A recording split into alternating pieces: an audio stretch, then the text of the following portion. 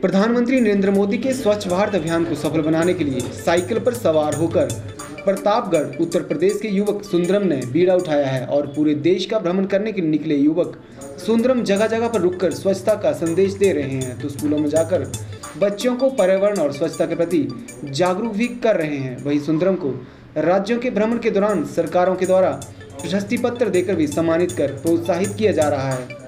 हमीरपुर पहुंचे युवक सुंदरम ने बताया कि स्वच्छता के लिए अभियान 2 चरणों में किया गया है, जिसमें पहले चरण में उत्तर प्रदेश और बिहार में 1,25,000 पौधे लगाए गए, तो दूसरे चरण में 7 मई को शुरू की गई साइकिल यात्रा के माध्यम से सभी प्रदेशों का भ्रमण कर पर्यावरण को स्वच्छ रखने के लिए आह्वान किया जा रहा है। उन्होंने कहा कि भारत में दिल्ली सबसे प्रदूषित राज्य है, जिसके चलते पर्यावरण को बचाने के लिए सभी को आगे आने की आवश्यकता है। सुंदरम ने बताया कि हिमाचल प्रदेश बहुत ही सुंदर प्रदेश है और सड़कों के लिए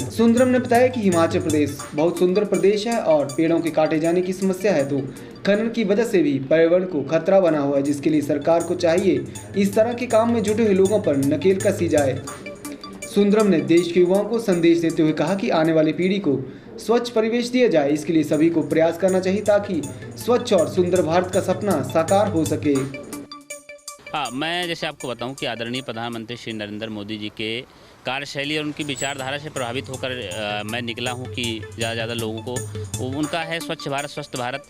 तो जो आप देख रहे हैं, मैं साइकिल पे इसलिए यात्रा कर रहा हूं क्योंकि जो हमारे यहाँ पे अनुराग ठाकुर जी भी हमीरपुर के रहने वाले हैं। फिट इंडिया कैंपेन उन्होंने देश विदेश में जाके इनका अपने भारत का नाम रोशन कर रहे हैं और लोग स्वस्थ रहें। जैसे साइकिल ही एक ऐसा संसाधन जिसमें हम किसी प्रकार का ऊर्जा का इस्तेमाल नहीं करते, ना पेट्रोल ना डीजल ना किसी प्रकार की ऊर्जा, और साइकिल चलाकर अपने शरीर को स्वस्थ बनाते हैं, इसलिए मैं साइकिल का उपयोग कर रहा हूँ। मैं देश के युवाओं को, जैसे अभी हिमाचल के लिए मेरा विशेष ये संदेश है कि जैसे स्वच्छ और सुंदर हिमाचल हमारे पूर्वज ने हमें दिया है, तो हमें भी प्रयास यही करना है कि हम अपने आने वाली पीढ़ी को स्वच्छ और सुंदर हिमाचल दें। और देश के युवाओं से मैं निवेदन करना चाहूँगा कि अगर जो मैंने आपको वजह से बताया कि दुनिया के टॉप 10 में 8 भारत से पोल्यूटेड शहर हैं, तो अगले 5 वर्ष में ये लक्ष्य रखा जाए कि हमारे देश का एक भी शहर उस पोल्यूटेड की लिस्ट में ना हो और स्वच्छ और सुंदर भारत हम अपने दुनिया को दिखाएं।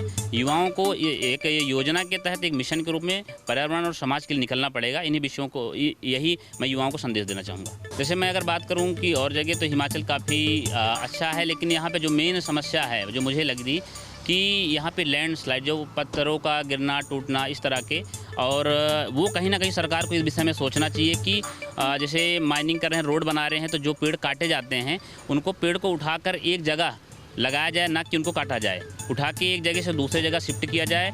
और जो ये माइनिंग हो रही है जगह जगह, ये जो कुशल लोग हैं उसमें केवल उनकी फाइलों को, उनके आदेश को ऑफिस में ना रखा जाए और उनको जो है यहाँ पे लागू किया जाए, उन्हीं लोगों से माइनिंग कराई जाए।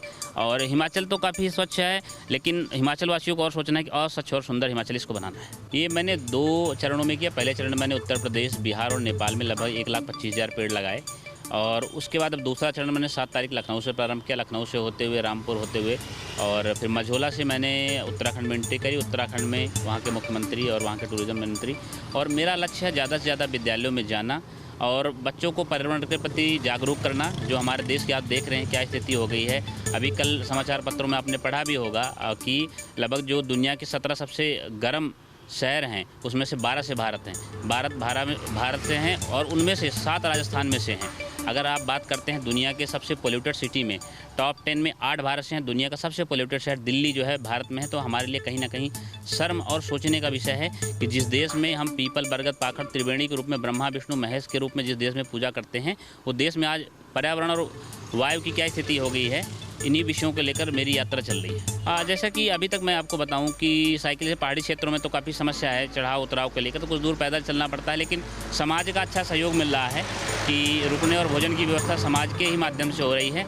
तो ये समाज इस विषय में जागरूक हो रहा है, ये बहुत खुशी की बात है। जिस विद्यालय में जाता हूँ वहाँ विद्यालय में भोजन और रहने की व्यवस्था विद्यालय के लोग कर दे रहे हैं, और इस तरह से यात्रा चल रही है।